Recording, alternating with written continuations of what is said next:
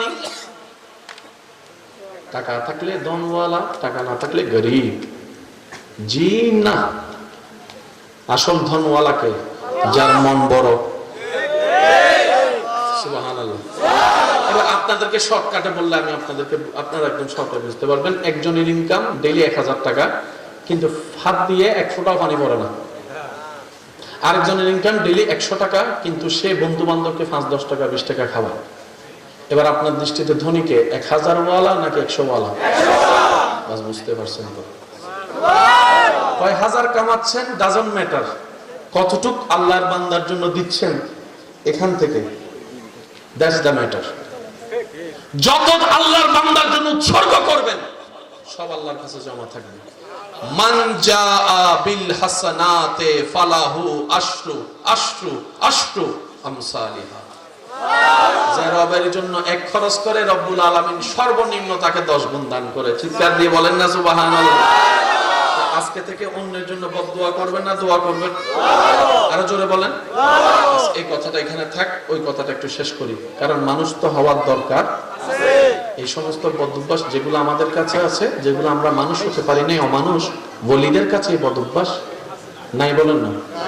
কোন ওলি কারো জায়গা দখল করছে? কিন্তু আপনার এলাকায় খোঁজ নিয়ে দেখেন সবচেয়ে বেশি মামলা জায়গা নেই। কিও কথা কয় না কার? আমি না আপনাদের এলাকার মেহমান, আপনারা দেশতানি, আপনারা তো জানেন এই এলাকায় সবচেয়ে বেশি মামলা কি নিয়ে? আরো জোরে বলেন। কিন্তু ওলিদের জীবনীতে দেখবেন নিজের বাপের বাড়ির জায়গা সাইডে চলে এসছে এখানে বাংলাদেশে। বুঝতে পারছি? ওই মানুষ হওয়ার জন্য যে বিদ্যালয়ে ভর্তি হতে হবে, আপনার সন্তানকে যে বিদ্যালয়ে ভর্তি করাতে হবে, এটার নাম হচ্ছে ইসলামের বিদ্যালয়। আচ্ছা, শিক্ষক কি আমাদের নবী এখন প্রকাশ্যে আছে? তো নবীজি বললেন, আল্লাহ কিয়ামত পর্যন্ত তো বান্দা আসা বন্ধ হবে না, কি কাউকে লাগবে আপনার? এই যে বসবেন নাকি যাবেন? আচ্ছা, কষ্ট করে একটু বসুন। জি, মাশাআল্লাহ। নবীজি বললেন, আল্লাহ আমি তো একদিন থাকবো না, চলে যাব।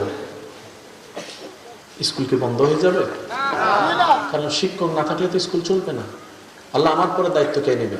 রব বলে যে, হাবিব আপনি টেনশন করবেন না, আপনার পরে এই দায়িত্বটা আমি যাদেরকে দিব ওরা হচ্ছে সাহাবায়ে কেরাম।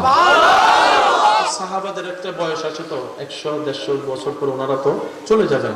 আল্লাহ এই দায়িত্বটা কে নেবেন?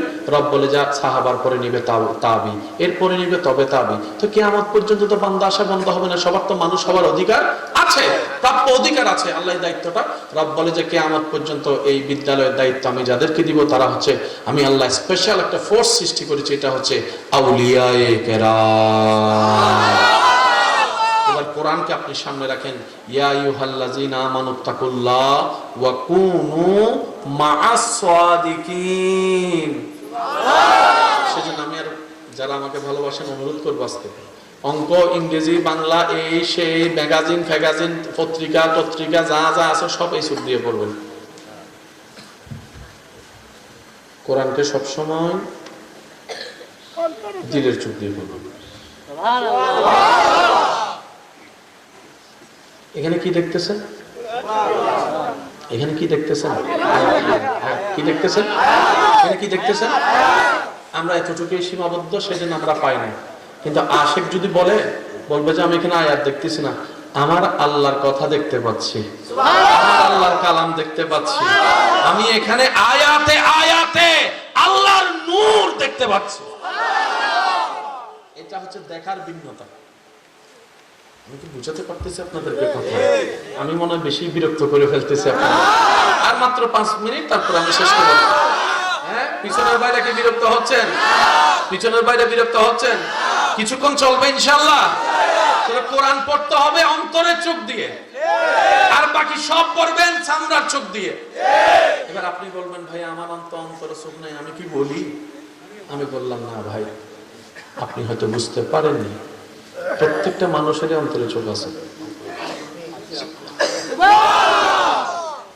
আপনাদের এলাকায় ছোট বাচ্চা আছে না? 1 দিনে 2 দিনে 3 দিন আব্বু আব্বু আব্বু আব্বু।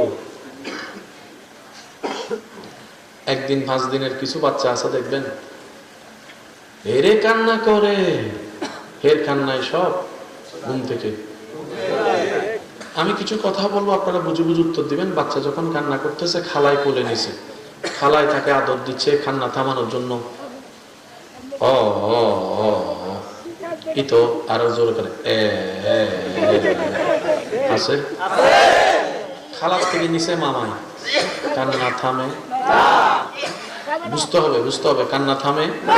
চাচাই নিয়ে আদর করলো, কান্না থামে। দাদি নিয়ে আদর করলো, কান্না থামে। নানি নিয়ে আদর করলো, কান্না থামে। হঠাৎ ভাই একজনে কোলে নেওয়ার সাথে সাথে না ওই 2 দিনের বাচ্চার কান্না থেমে গেছে। কে? আমি বলবো না, আপনারা বলেন কে? আরো জোরে বলেন। এই দৃশ্য আপনারা কম বেশি দেখেছেন, শুনেছেন। কেউ অস্বীকার, এটা এমন একটা দৃশ্য কেউ অস্বীকার করতে পারবে? এবার সে 2 দিনের বাচ্চাকে 5 দিনের বাচ্চাকে জিজ্ঞেস করেন, কোল তো কোল, আদর তো আদর, দাদিও করছে, নানিও করছে, খালাও করছে, চাচিও করছে, থামস নাই। তোর মা যে কোলে নিছে, তুই 2 দিনের বাচ্চা বুঝলি কেমন?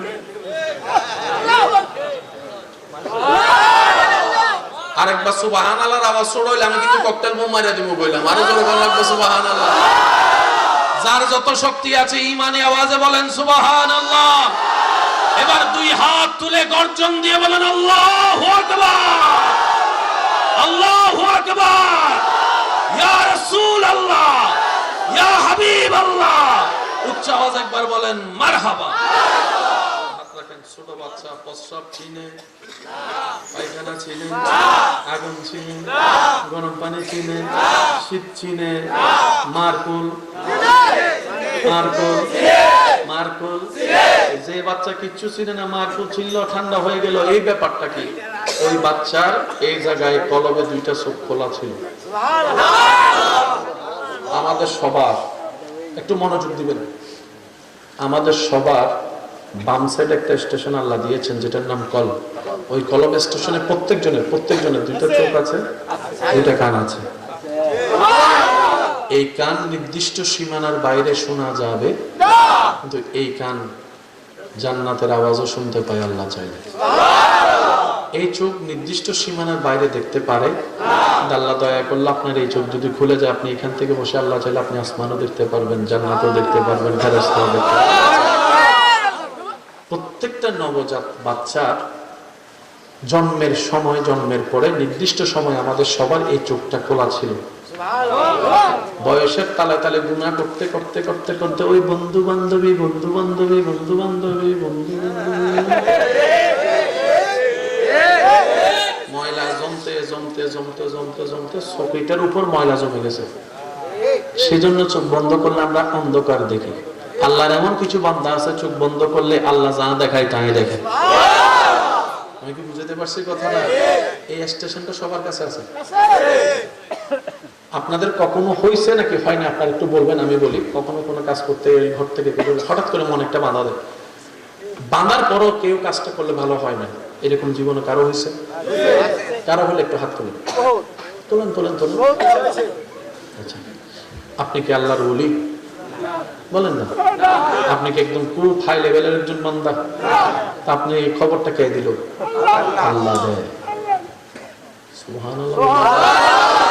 যখন পরামর্শ দেওয়ার মতো ভালো কেউ থাকে না, বান্দা যখন কনফিউশনে পড়ে যায়, করব নাকি করব না, যাব কি যাব না, কনফিউজ, তখন আল্লাহ রহমত দিয়ে কিছু কিছু বান্দাকে দয়া করে জানাই দেয়, বান্দা যাইস না, আমি তো তোর সাথে সরাসরি কথা বলবো না, তোর মনে জানাই দিলাম।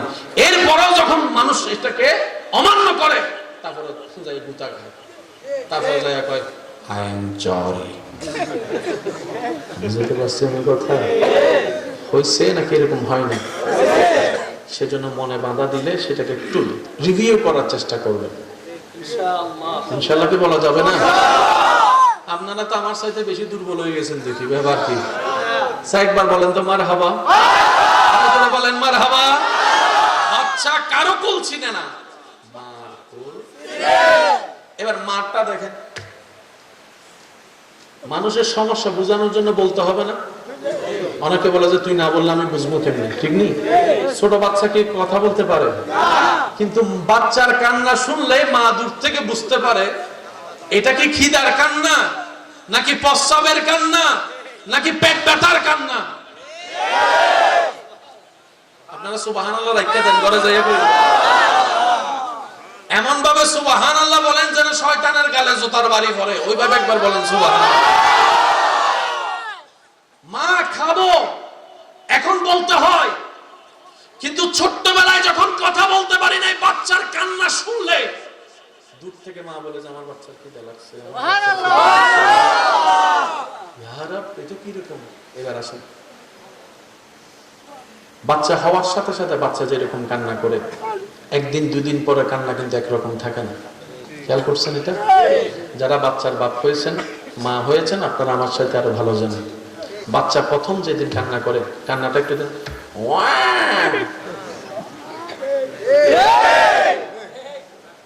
সব বাচ্চার জন্মের কান্না এক। সুবহানাল্লাহ বলুন, মাথায় রাখবেন, সব বাচ্চার জন্মের কান্না একবার। প্রথম যে কান্নাটা করে সে কান্নাটা এক। এরপরে এক এক বাচ্চার কান্না এক এক রকম হয়ে যায়। কেউ কান্না করে, কেউ ও কান্না করে, কান্না ঠিক ঠিকানা বলেন না, ঠিক ঠিকানা। শেষ ভালো যার সব ভালো, তার একটু মনোযোগ দেন, ঠিক ঠিকানা। কিন্তু সব বাচ্চা প্রথম কান্না, সে কান্নাটা হচ্ছে, একটু খেয়াল করেন, যদি আমার ভুল হয় দৌড়িয়ে দিবেন, ওয়া করে একটা চিল্লান, মানে ওয়া। আর এই কান্নাটা না কানলে বা ডাক্তারে কি করে, ফা দুইটার উপরে তুলে কান